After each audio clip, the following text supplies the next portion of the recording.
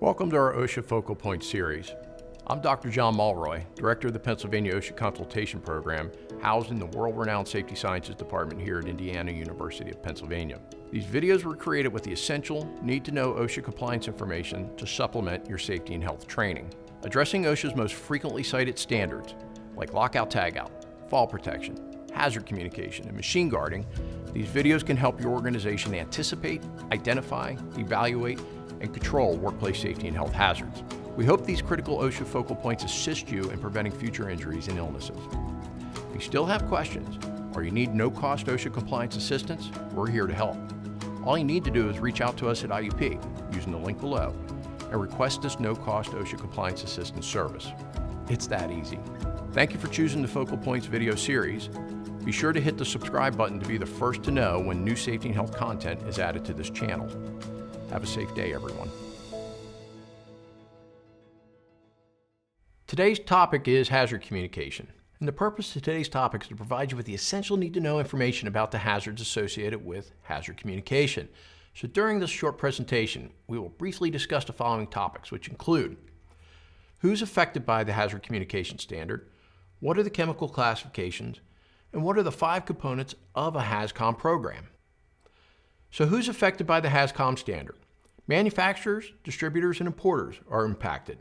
They need to change their safety data sheet information and their format. Employers are impacted, and that impacts the training that they provide to you, the workers. And of course, you, the workers, are also impacted.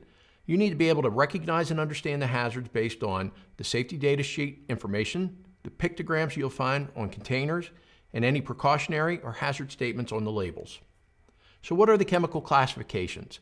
These chemicals can be classified using a harmonized system, which include health hazards and physical hazards. Our health hazards include acute toxicity, skin corrosion or irritation, respiratory or skin sensitization, germ cell mutagenicity, carcinogenicity, reproductive toxicity, or specific target organ toxicity for a single exposure or repeated exposure, and simple asphyxiants. Physical hazards include explosives, flammable aerosols, oxidizing gases, gases under pressure, which include compressed gases, liquefied gases, refrigerated liquefied gases, or dissolved gases. Physical hazards also include flammable liquids and flammable solids, self-reactive chemicals, pyrophoric liquids, solids, and gases, self-heating chemicals, or chemicals when they come in contact with water emit flammable gases. They also include oxidizing liquids and solids, organic peroxides, anything that may be corrosive to metals, and combustible dusts. So what are the 5 essential components of a HAZCOM program? Every employer must have 1. A written program, 2. An index of all known hazardous chemicals to be present on site, 3. Current and up-to-date safety data sheets for each of those hazardous chemicals, 4. Labeling of containers, and lastly, employee training. What if you travel between work sites? Where employees travel between workplaces during a single shift, the written HAZCOM program may be kept at the primary workplace. On your chemical inventory list, OSHA requires hazardous chemicals present on site be identified using a reference from the appropriate safety data sheet. And this list may be compiled for either the entire workplace as a whole or can be broken down into individual work areas. On the hazard chemical labels, there are 9 pictograms that you need to be aware of. These 9 pictograms cover health hazards, physical hazards, and environmental hazards. On the label, you'll find signal words, and these words are used to indicate the severity of the hazard and alert employees to the potential risk. There are only 2 signal words that you will ever find on a HAZCOM label. They are either danger or warning. It's important to remember that not all labels will have a signal word. Some chemicals are not hazardous enough to require that a signal word appear on the label.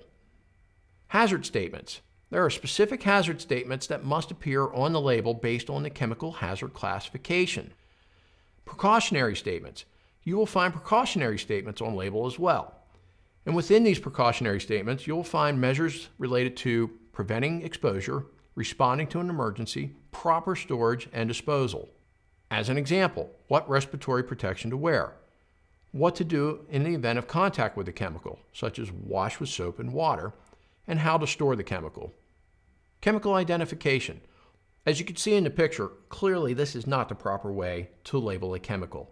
The proper way to label a chemical will include the name of the product, as well as supplier information, including the address and telephone number. Other information on a label includes the physical state, the color, hazards not otherwise classified, routes of exposure, proper storage and proper disposal, as well as hazard prevention and emergency response instructions. Safety data sheets. OSHA requires 16 sections to be included on a safety data sheet, including the product identifier, the hazards, first aid measures, firefighting measures, accidental release measures, and the other sections included on this slide. Training. Employers need to provide employees with the details of their facility's site-specific HAZCOM program, including the location of the written program and making sure that safety data sheets are available. In addition, specific information related to the chemicals in the facility need to be conveyed to all workers. That includes the physical and health hazards, any environmental hazards, and any hazards not otherwise classified. Another part of your training needs to include the hazardous chemical inventory list, where it's located, any type of secondary container labeling system that your employer may use, specific procedures to follow to protect workers from chemical hazards, and the methods used to detect the presence or release of any hazardous chemicals. To get more help with hazard communication, go to OSHA.gov. Thank you.